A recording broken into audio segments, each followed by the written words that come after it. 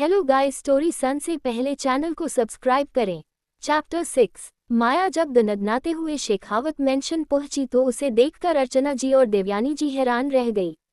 माया की मांग में सिंदूर और गले में मंगलसूत्र था और माया गुस्से से भरी हुई थी। माया, ये सब सिंदूर और मंगलसूत्र तुमने शादी कर ली, लेकिन किससे? अर्चना जी ने हैरानी से हकलाते हुए कहा। माया ने अपनी मां को देखा और फिर दादी को। मैंने वंश रावल से शादी कर ली और शर्त के मुताबिक अब मुझे सारी प्रॉपर्टी, माया ने अपनी दादी को देखते हुए कहा। माया की बात सुनकर देवयानी जी ने अर्चना जी को लॉकर से पेपर लेना को कहा और कुछ ही देर में पेपर्स माया के हाथ में थे। माया पेपर को देख हैरान रह गई क्योंकि सारी प्रॉपर्टी पहले से ही उसी के नाम पर थी। माया ने अपनी दादी को घूरा, ऐसे घूरो मत, प्रॉपर्टी तुम्हारे दादी जी ने वेद के जाने के बाद सारी प्रॉपर्टी उसकी जगह तुम्हारे नाम कर दी थी, बस शेखावत इंडस्ट्री के आधे शेयर्स छोड़कर, क्योंकि आधे शेयर तुम्हारी बहन के नाम पर हैं, दादी जी ने माया को देखते हुए कहा। उनकी बात सुनकर माया ने दांत पीसते हुए कहा, तो फिर आपने मुझसे ये बात क्यों छुपाई दादी? माया ने दादी शब्द पर जोर दिया क्योंकि उसे आज इतना गुस्सा आ रहा था कि उसका मन कर रहा था कि किसी की जान ले। इसलिए क्योंकि मुझे पता था कि एक ना एक दिन तुम्हें इन पेपर के बदले तुम मेरी बात मानोगी, और देखो आज इन पेपर के कारण तुम आज से माया वंश रावल हो। देवयानी जी ने माया को देखते हुए इविल स्माइल करते हुए कहा। अपनी दादी की बात सुनकर माया का माथा ठनक गया। आपने जो मेरे साथ ये खेल खेला है ना दादी, ये मैं अभी भूलूंगी नहीं, क्योंकि आपके इस घटिया खेल के कारण आज जो मेरे साथ हुआ है ना, इसके बदले तो किसी को चैन से जीने नहीं दूंगी, कहकर माया जाने लगी। तभी अर्चना जी ने कहा, कहाँ जा रही हो तुम? उनकी बात सुनकर माया ने बिना मुड़े ही जवाब दिया, अपने प्यारे पति की जिंदगी नर्क बनाने उसके घर जा रही हूँ, कहकर माया वहां से चली गई। अर्चना जी उसे देखती ही रह गई। वही कुछ देर बाद जब माया रावल मेंशन पहुंची तो वो जैसे ही घर के अंदर कदम रखने लगी कि तभी अचानक से किसी ने कहा, वही रुको। ये आवाज सुनकर माया के बढ़ते कदम वही रुक गए और उसने आवाज की दिशा में देखा तो पाया श्वेता जी वहां खड़ा थी। श्वेता जी माया के पास आए और उन्होंने अपना सिर पर रखा पल्लू संभालते हुए माया से मुस्कुरा कर कहा, पता है कि तुम्हारी और वंश की शादी ठीक से नहीं हुई और सुबह तुम्हारा इस घर में गृह प्रवेश भी, लेकिन अब तुम रीति रिवाज से इस घर में पूरे हक से अपना कदम रखो। उनकी बात सुनकर माया ने चारों तरफ अपनी नजरें दौड़ाई, वहां सिर्फ वो दोनों मौजूद थी। वंश अपने कमरे था, उसे माया से कोई लेना देना नहीं था। राजवीर जी अपने भाई के साथ बाहर गए थे और दादी जी कमरे में आराम कर रहे थे। वंश की चाची को भी इन सब से कोई मतलब नहीं था और कबीर तो अपनी ही दुनिया में बिजी था और श्वेता जी एक अच्छे मन की औरत थी जिन्हें सिर्फ प्यार बांटना आता था। श्वेता जी ने पूजा की थाली मंगाए और की आरती उतार कलेश रखकर उसे गिराने के लिए कहा। माया ने उन्हें निराश नहीं करना चाहती थी, उसने सारी रस्में की और अंदर आ गई।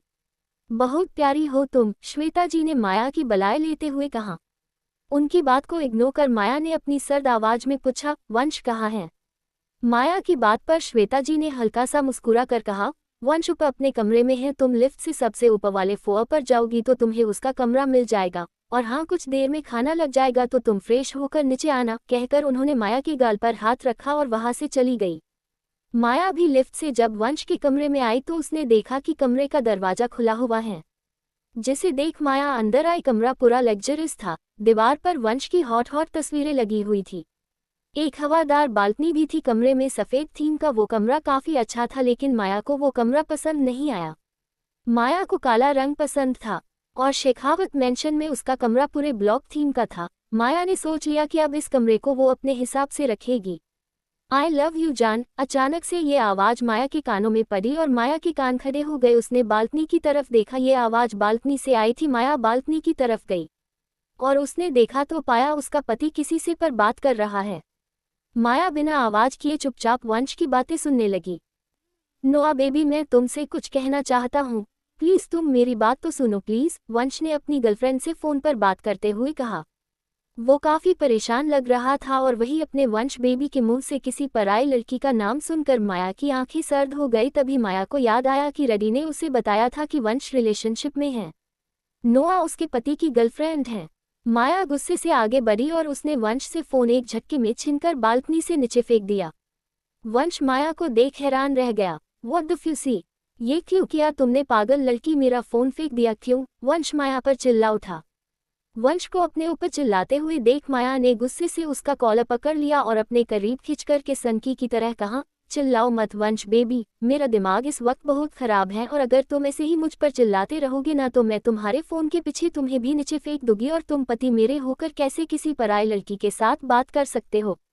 उसे जान बेबी कह रहे थे तुम्हें तो परवाह मेरी करनी चाहिए लेकिन नहीं, तुम तो मुझ पर चिल्लाते हो, दांत पीसते हुए मुझे थप्पड़ मारते हो, तुम्हें नहीं लगता कि अब तुम्हें औकात में रहना चाहिए। माया कहते वक्त वंश के होठों को देख रही थी। वंश के वो गुलाबी चॉकलेट जैसे होठ माया को उकसा रहे थे। माया उन्हें चुमना चाहती थी, उसे वंश के होठों का धनुष जैसा शिव पसंद आ रहा था। मानना पड़ेगा मेरा पति काफी हैंडसम और हॉट है। अचानक से माया के दिमाग में ये ख्याल आया। वही वंश ने जब माया की बात सुनी तो उसने माया से अपना कॉलर छुड़ाया और उससे दूर होकर कहा, पहली बात माया शेखावत, मजबूरी में और तुम्हारी जिद के कारण मैंने तुमसे शादी की है, तो प्लीज अपना पत्नी होने का हक ना तुम मुझ पर मत जताओ। और रही बात औकात में रहने की, तो वंश रावल किसी से डरता नहीं है, समझी, तो अपनी ये धमकी किसी और को देना। और हाँ, मैं तुमसे प्यार नहीं करता, मैं प्यार सिर्फ नोआ से करता हूँ। कहकर वंश जैसे ही कमरे में जाने लगा तभी पीछे से माया ने इविल स्माइल करते हुए कहा, वंश बेबी मैं हक जताती नहीं छीनती हूँ, और कैसा रहेगा कि मैं तुम्हारे प्यार, तुम्हारी जान, दांत पिसकर तुम्हारी बेबी नोआ की धज्जियां उड़ा दूँ। तो नोआ का नाम लेने में भी माया को गुस्सा आ रहा था, चीड़ मच रही थी। वंश ने माया की बात सुनकर उसे देखा। तुम मुझे डराने की कोशिश कर रही हो ना, धमका रही हो मुझे, वंश ने गुस्से से कहा। उसकी बात सुनकर माया ने वंश को झट से दीवार से सटा दिया। वंश हैरान रह गया। मैं तुम्हें धमा नहीं रही हूँ वंश बेबी, मैं बस ये कहना चाहती हूँ कि माया शेखावत की चीज़ों कोई दूसरा नज़र रखे, ये माया को बर्दाश्त नहीं। और तुम तो मेरे पति हो और मुझे बिल्कुल भी बर्दाश्त नहीं होगा कि तुम किसी और से प्यार करो, किसी और के करीब जाओ या फिर किसी और को अपने करीब आने दो। तुम्हारा प्यार बस मुझ तक ही सीमित रहना चाहिए, और अगर ऐसा नहीं हुआ तो मैं तुम्हारी जान ले लूंगी, क्योंकि जो मेरा नहीं वो किसी और का भी नहीं, समझे वंश बेबी। माया ने वंश की आंखों देखा जो उसे ही देखे रही थी। माया का बोलने का और उसकी नज़रों का अंदाज इतना खतरनाक था कि वंश ने घबरा कर अपना गला गिला कर लिया। वो घबरा कर इधर उधर देखने लगा और वही माया थी जो सिर्फ वंश के हकले से हिल रहे होठों को देख रही थी। वो किस करना चाहती थी? आज तक उसने किसी के होठों को नहीं चुमा था और न ही उसके होठों को किसी ने चुमा। आज माया को वंश के होठों को चुमने की तलब जाग रही थी। फक वंश बेबी, माया किसी जंगली बिल्ली की तरह गुर्राई और वो वंश के होठों पर टूट पड़ी। वंश की आंखें हैरानी से बड़ी हो गई। माया उसके होठों को चुम रही थी और चूस भी रही थी।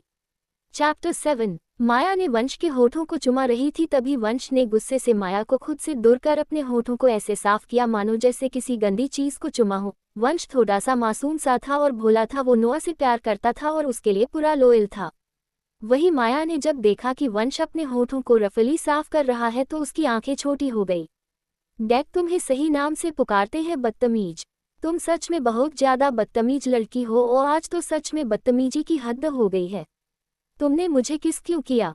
तुम जानती हो कि ना मैं तुमसे प्यार करता हूँ और ना ही तुम मुझसे प्यार करती हो हमारे, तो फिर क्यों तुमने मुझे किस किया? ये हक सिर्फ मेरी नोआ का था, वंश ने माया पर चिढ़ते हुए कहा। उसने अपने होठों को इतना रगड़ के साफ किया था कि उसके वो होठ और भी ज्यादा अट्रैक्टिव लग रहे थे। वही माया ने जब वंश के मुंह से ये सुना कि उसके होठों को चुमने का हक उसकी सौतन नोआ का है, माया का दिमाग हिल गया। माया ने गुस्से से चिढ़ते हुए कहा, नोआ नोआ नोआ, नफरत होने लगी है मुझे इस नाम से। जब भी तुम्हारे मुंह से ये नाम सुनती हूं ना तो मेरा जी करता है कि मैं तुम दोनों की जान ले लूं। वंश के बालों को अचानक से पकड़कर, वंश बेबी भले ही प्यार नहीं है हमारे बीच, लेकिन भूलो मत मैं बीवी हूँ तुम्हारी, और चाहे कुछ भी हो जाए हमें अब जिंदगी भर साथ रहना है। और अगर तुमने अपनी इस जिंदगी में किसी और पराये औरत को जगह दी तो उसी दिन मैं तुम्हें गोली मार दूंगी, क्योंकि माया को अपनी चीजों में हिस्सेदारी पसंद नहीं, समझे। कहकर माया ने वंश को छोड़ दिया और कहाँ से जाने लगी। तभी वंश ने हकलाते हुए कहा, मैं कोई चीज नहीं हूँ। बेचारा अबला मर्द माया से डरता था, क्योंकि उसके सामने खड़ी सनकी लड़की उससे शादी करने के लिए अपनी खोपड़ी उड़ा सकती है तो उसके लिए उसकी ही जान ले सकती है। ये वंश को समझ आ रहा था, बहुत अच्छी तरह से समझ आ रहा था। जो माया को पसंद आता है वो उसके लिए हमेशा एक चीज ही होती है, फिर चाहे वो इंसान ही क्यों ना हो। माया ने वंश को बिना देखते हुए कहा और वॉशरूम में चली गई। कुछ देर बाद सभी रात के डिनर के लिए डाइनिंग टेबल पर मौजूद थे। सारे मर्द बैठे हुए थे और श्वेता जी और वंश की चाची जी नीलिमा दोनों मिलकर सभी को डिनर सर्व कर रही थी। दादी जी जो हेड की चेयर बैठे हुए थे उन्होंने वंश से पूछा, वंश बेटा माया कहाँ है, वो अभी तक डिनर के लिए क्यों नहीं आई? उनकी बात सुनकर वंश कुछ कहने ही वाला था कि तभी कबीर ने कहा, लो दादू भाभी आ गई, कहकर उसने लिफ्ट की तरफ इशारा किया जहां से माया काले गहरे रंग का नाइट सूट पहने आ रही थी। खुले बाल और गहरी काली आंखें, ब्लॉक नाइट सूट माया को अंधेरी दुनिया की रानी बना रहा था। लेकिन माया का पहनावा देख वहां सबके चेहरे पर जो मुस्कान थी वो गायब हो गई। श्वेता जी ने कहा, धीरे धीरे समझ आएगी कि हमारे यहाँ के तौर तरीके, कहकर उन्होंने फीकी सी मुस्कान दी। तभी नीलिमा जी ने माया को एक नज़र देखकर कहा, माफ करना जीजी, लेकिन मुझे नहीं लगता कि नई बहू हमारे यहाँ के तौर तरीके अभी समझेगी, कहकर वो शातिर ढंग से मुस्कुरा उठी। रावल परिवार जरा पुराने ख्यालात का था, जहाँ मर्द ही घर के सभी डिसीजन लेते थे। औरत से सलाह मशवरा करना उन्हें पसंद नहीं था।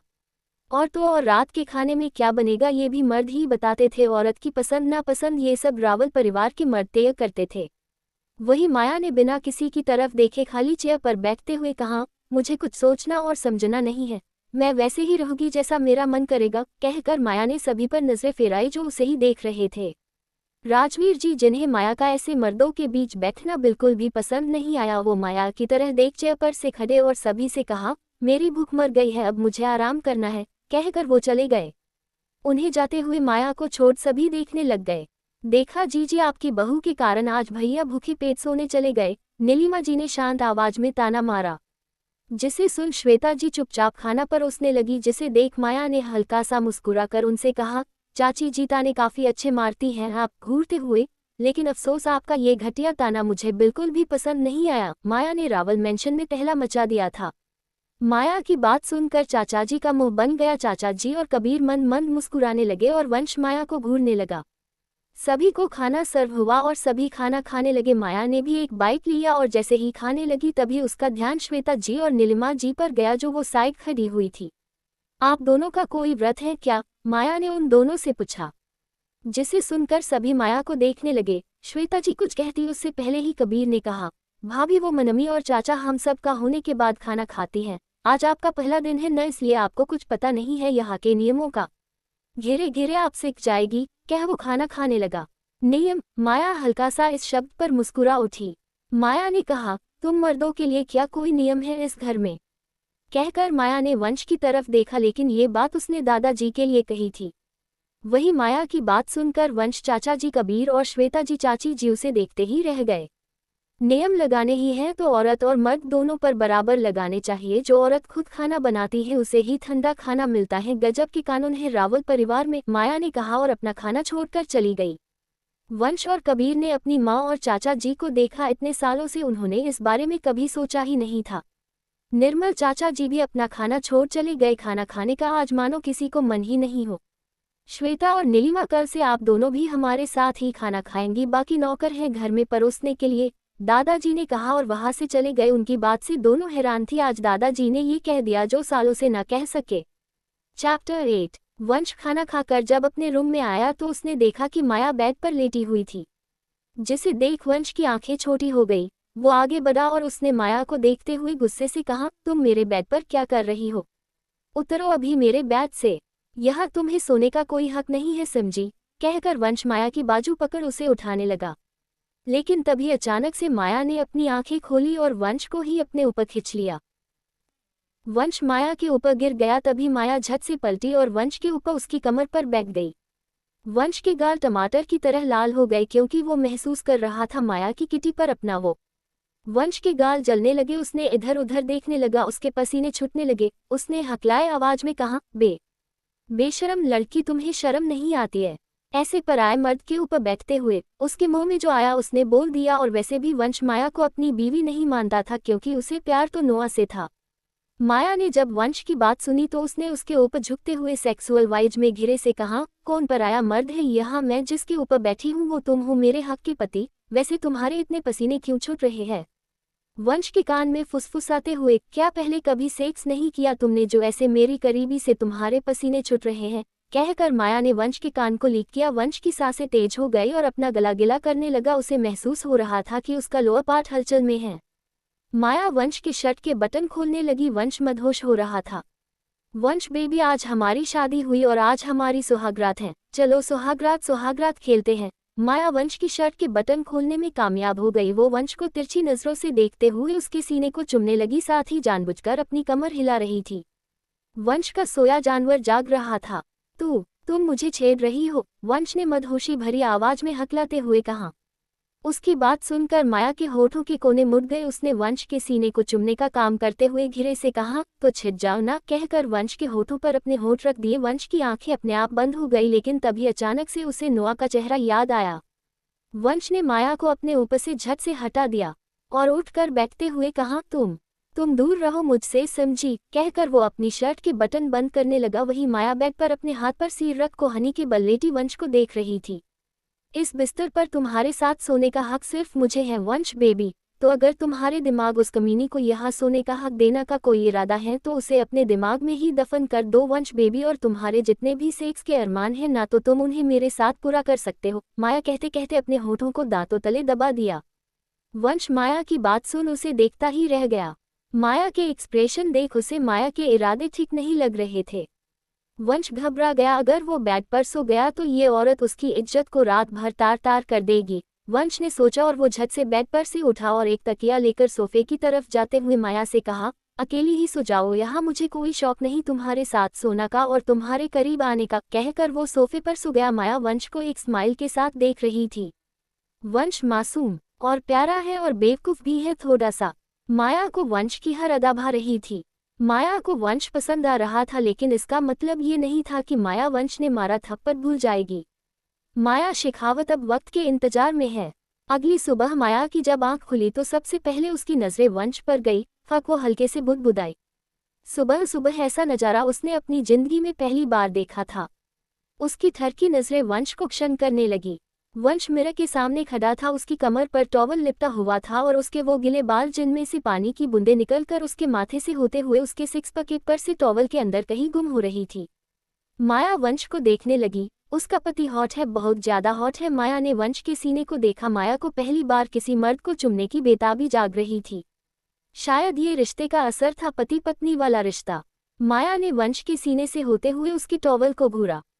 सब देख लिया है उसने वंश का, लेकिन जो मेन है वो माया ने अभी तक नहीं देखा है। माया उस टॉवल को ऐसे घूरने लगी जैसे मानो अपनी सौतन को घूर रही हो। जब सीना इतना हॉट है तो वो भी कितना हेल्दी होगा। माया की ठरकी नजरों से अनजान भी सीटी बजाते हुए अपने बालों को पोंछ रहा था। माया से अब रहा नहीं जा रहा था। वो खड़ी हुई और उसने जाकर वंश को पीछे से हग कर लिया। वंश घबरा गया। उसने मिरर में देखा तो माया को पाया।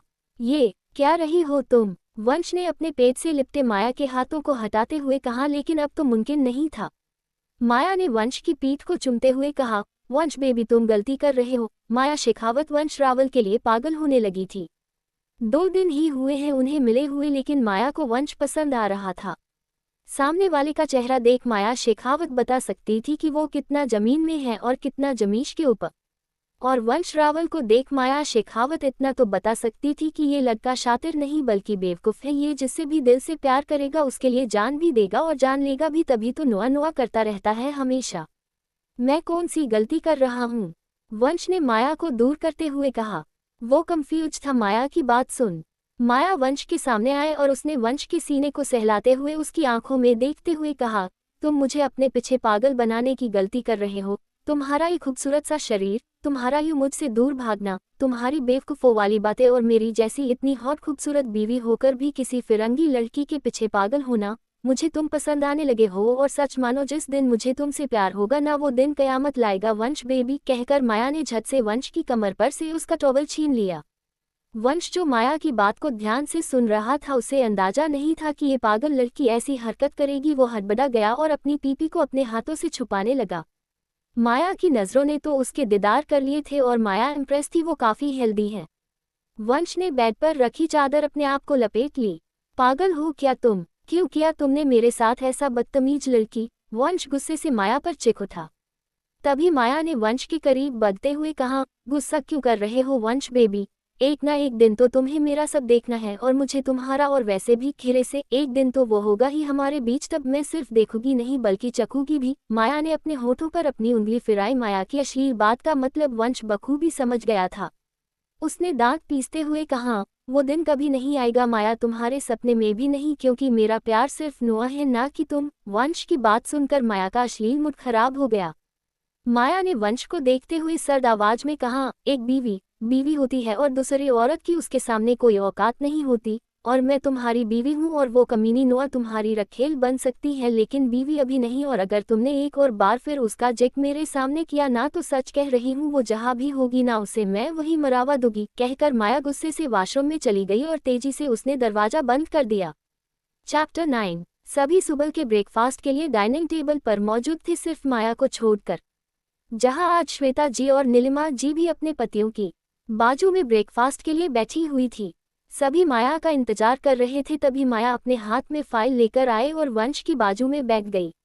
माया ने अपना बिजनेस सूट पहना हुआ था और बाल खुले छोड़ रखे हुए थे, गले में मंगलसूत्र था और लाइट मेकअप। माया को देख राजवीर जी ने अपना ब्रेकफास्ट करते हुए कहा, पहले आप क्या करती थी और क्या नहीं ये हमें नहीं पता, लेकिन अब आप माया शेखावत नहीं वंश की बीवी माया रावल हैं और हमारे खानदान में आज तक किसी औरत ने काम नहीं किया है। तुम अब इस घर की बहू हो और हम नहीं चाहते कि तुम बाहर जाकर काम करो। कहकर राजवीर जी ने माया को देखा, जो अपनी एक आईब्रो ऊपर चढ़ाकर उन्हें घूर रही थी।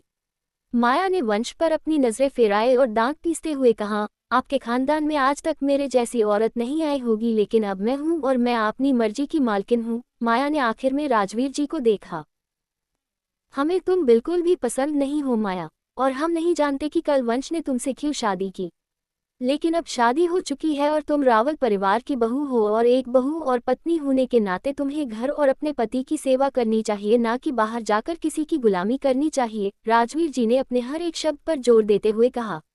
उन्हें ये नहीं पता था कि माया शेखावत इंडस्ट्री की मालकिन है। वही दादाजी इस वक्त चुप थे, क्योंकि राजवीर जी की बात उन्हें सही लगी थी। माया किसी की गुलामी नहीं करती, माया राज करती है और मैं माया शेखावत हूँ, शेखावत इंडस्ट्री की मालकिन हूँ मैं। और रही बात पत्नी धर्म की और घर की सेवा की, तो मुझे ये गुलामी लगती है और ये गुलामी आपकी बीवी और आपके भाई की बीवी को मंजूर होगी, मुझे नहीं। माया ने गुस्से से कहा। राजवीर जी गुस्से से कुछ कहने वाले थे कि दादाजी बीच में बोल पड़े। राजवीर, तुम जो कह रहे हो वो तुम्हारे हिसाब से ठीक है, लेकिन माया आज के जमाने की लड़की है और उस पर पाबंदियां नहीं लगा सकते हैं, और वैसे भी माया वंश की पत्नी है और उनके फैसले लेने का हक वंश को है। दादाजी ने शांत आवाज में कहा। उनकी बात सुनकर राजवीर जी ने हैरानी से कहा, पर पापा आप समझ रहे हो ना कि ये अब रावल परिवार की बहू हैं और आज तक हमारे घर की औरतों ने बाहर कभी नौकरी नहीं की है। हमारी इज्जत का क्या जब हमारे खानदान की बहू ऐसे बाहर जाएगी काम करने के लिए। हमने कहा ना कि दोनों मियाँ बीवी फैसला लेंगे, इस विषय पर आपको दोनों के बीच बोलने का हक नहीं है, और हाँ हमें भी आप सब से कुछ कहना है, लेकिन रात के डिनर पर। दादाजी ने राजवीर जी को घूरते हुए कहा और आगे कहा, राजवीर चले, हमें देर हो रही है, मिस्टर जायसवाल लोकेशन पर पहुंच गए होंगे। राजवीर जी और दादाजी वहां से ऑफिस के लिए निकल गए। उनके जाने के बाद माया जो चेयर पर से उठ रही थी उसे देखते हुए श्वेता जी ने प्यार से कहा, माया बेटा, बड़ों से ऐसे छोटी छोटी बात पर बहस नहीं किया करते। अब तुम किसी की बहू हो, बीवी हो, तुम्हें अब अपना बचपना छोड़ देना चाहिए और खुद को बदलना चाहिए। उन्होंने माया को प्यार से समझाया, लेकिन माया ने सर्द आवाज में कहा, बदलना माया की फिरत नहीं, और रही बहस की बात, तो मैं आप लोगों की तरह अपने पति को परमेश्वर मान अपनी सारी जिंदगी उसके नाम नहीं कर सकती। माया ने कहा और वो अपनी फाइल लेकर वहां से चली गई। श्वेता जी मायूस हो गई। अपनी माँ को ऐसे देखकर वंश को अच्छा नहीं लगा। वो खड़ा हुआ और माया एक पीछे चला गया। बाहर आकर वंश ने देखा कि माया अपनी कार में बैठ रही थी, जिसे देख वंश तेजी से माया के पास आया और उसकी बाह पकड़ उसे कार से सटाते हुए दांत पीसकर कहा, तुम्हें बात करने की तमीज है या नहीं? मेरी मॉम ने तुमसे प्यार से बात की थी और तुमने कैसे रुड तरह से जवाब दिया उन्हें। देखो मैं कह रहा हूँ तुम मेरे घर वालों से तमीज से पेश आया करो, वरना। कहते कहते वंश ने रुक गया। वही माया ने वंश के हाथों को देखा जो उसकी बाजू को कसकर पके हुए थे। वरना क्या क्या उखाड़ लेगो तुम? हाँ, तुम्हारा बाप हर बार मुझे टोकता रहता है।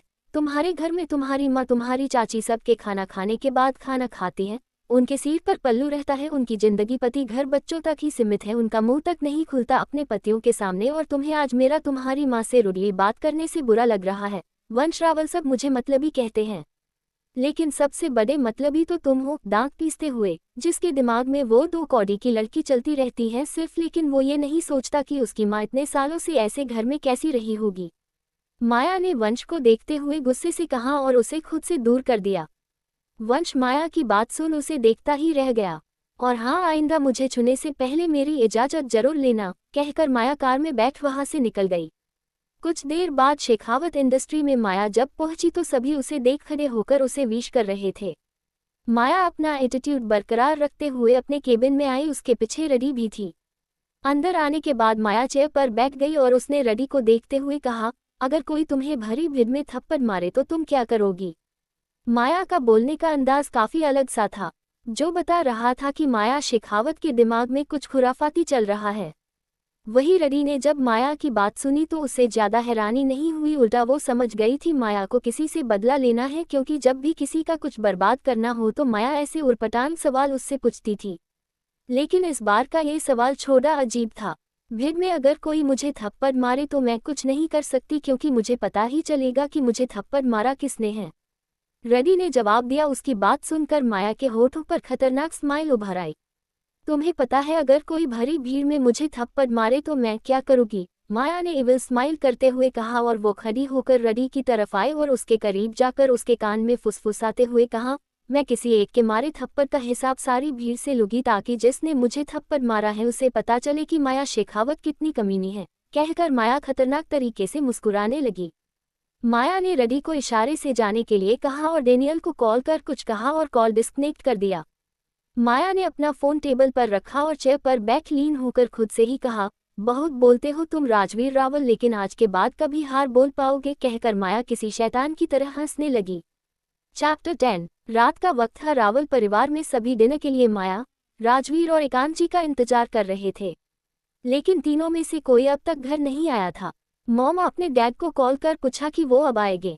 कबीर ने अपनी माँ से कहा। उसकी बात सुनकर श्वेता जी ने कहा, हाँ वो बता रहे थे कि अभी रास्ते में हैं, अब पहुंचते ही होंगे। कहकर उन्होंने वंश को देखा जो अपने फोन पर लगा हुआ था और हल्का हल्का मुस्कुरा रहा था, क्योंकि वो नुआ से चैटिंग कर रहा था।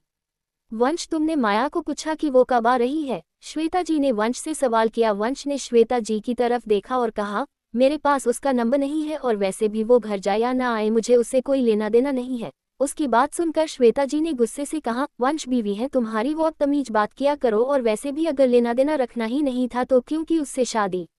उन्होंने वंश को घूरा। उसकी बात सुनकर वंश को वहां से उठकर चला गया। माया से शादी करने की असल वजह वंश ने सिर्फ अपने दादाजी को ही बताई थी। वही दूसरी तरफ अंधेरी सड़क पर राजवीर जी की कार सड़क पर तेजी से आगे बढ़ रही थी। तभी उसकी कार को किसी ने ओवरटेक किया। कार के शीशे बिल्कुल काले थे, बाहर से अंदर का कुछ भी नहीं दिख रहा था। राजवीर जी उस कार को देखा, लेकिन अचानक से उस कार ने उसकी कार को तेजी से टक्कर मारी। राजवीर की कार का बैलेंस बिगड़ गया। एकांत जी भी घबरा गए जो कार के अंदर थे। राजवीर क्या हुआ? उन्होंने पूछा। राजवीर उनकी बात का जवाब दे पाते कि तभी अचानक से एक बार भी से उस साथ में चली कार ने जोर से उनकी कार से अपनी कार टकराई, जिसे राजवीर संभल नहीं आए और उनकी कार गोल गोल घूमते हुए दूर जा गिरी। दादाजी और राजवीर जी पूरी तरह से घायल हो चुके थे। वहीं दूसरी तरफ एक कंस्ट्रक्शन साइट पर एक बड़ी सी बिल्डिंग के सामने माया अपनी कार से टिककर खड़ी हुई थी और सिगरेट के कश भरते हुए उस आधी बन चुकी बिल्डिंग को देखे जा रही थी। उसके साथ डेनियल भी था। माया की बेइज्जती की तुमने राजवीर रावल, मुझ पर और मेरे परिवार पर उंगली उठाए। तुम्हारे बेटे मेरे प्यारे वंश बेबी ने मुझे थप्पड़ मारा सिर्फ तुम्हारे कारण। अब देखो मैं तुमसे तुम्हारा क्या छीनती हूँ। माया ने अपनी गर्दन को सनकी साइको की तरह हिलाते हुए उस बिल्डिंग को देखते हुए कहा। माया ने डेनियल को इशारा किया। माया का इशारा देख डेनियल ने कहा, एक बार फिर से सोच लो, तुम्हारे ही ससुर की प्रॉपर्टी है ये, वो बर्बाद तुम भी बर्बाद, क्योंकि तुम जानती हो ना कि इसे बनाने के लिए राजवीर जी ने बैंक से करोड़ों का लोन लिया है। कहकर उसने माया को देखा। माया ने जब डेनियल की बात सुनी तो उसने इविल स्माइल करते हुए कहा, ओ डेनियल, इतने सालों से मेरे साथ काम कर रहे हो तुम, लेकिन फिर भी मुझे समझ नहीं पाए। डेनियल को देखते हुए, मैं इतनी भी कमीनी नहीं हूँ। राजवीर रावल बर्बाद होगा तभी तो उसे पता चलेगा कि माया शेखावत के आगे हमेशा अपनी जुबान को काबू में रखना चाहिए। और रही मेरी बर्बाद होने की बात, तो मेरे पास बहुत पैसा है और मैं बर्बाद करती हूँ, बर्बाद होती नहीं। कहकर माया ने अपनी सिगरेट को अपने पैरों तले रौंद दिया। माया की बात सुनकर डेनियल के होठों के कोने मुड़ गए। वो आगे बढ़ा और उसने उस बन रही बिल्डिंग को बॉम्ब लगाने शुरू कर दिए। माया खड़ी होकर सब मुस्कुराते हुए देख रही थी। एक थप्पड़ और अपनी बेइज्जती का बदला माया राजवीर रावल को बर्बाद कर ले रही थी। लेकिन माया इससे भी नहीं रुकने वाली थी। उसके दिमाग में और भी बहुत कुछ चल रहा था। काम पूरा हो जाने के बाद माया और डेनियल वहां से निकल गए और उनके निकलने के कुछ 20 मिनट बाद ही उस बिल्डिंग का निचला हिस्सा ब्लास्ट हो गया और देखते ही देखते वो आसमान को चुम रही बिल्डिंग मिट्टी में मिल गई। माया कार में थी। उसने डेनियल से कहा, कार के सारे टायर्स बदलवा दो, शहर से बाहर जाकर कहकर माया खिड़की से बाहर देखने लगी। वही डैनियल ने जब माया की बात सुनी तो उसने हल्का सा मुस्कुरा कर कहा, कांड भी करती हो और ऊपर से कानून से अड़ती भी हो, नोट बैड। माया किसी से नहीं अड़ती, मुझे बस अपनी रेपुटेशन की चिंता है, और रही बात कानून की तो कानून पैसों का भूखा है। जिसके पास पैसा नहीं वो अड़ता है कानून से, और मेरे पास इतना पैसा है कि मैं वक्त आने पर कानून को अपनी जेब में लेकर घुमा सकती हूँ, माया ने गुस्से से कहा।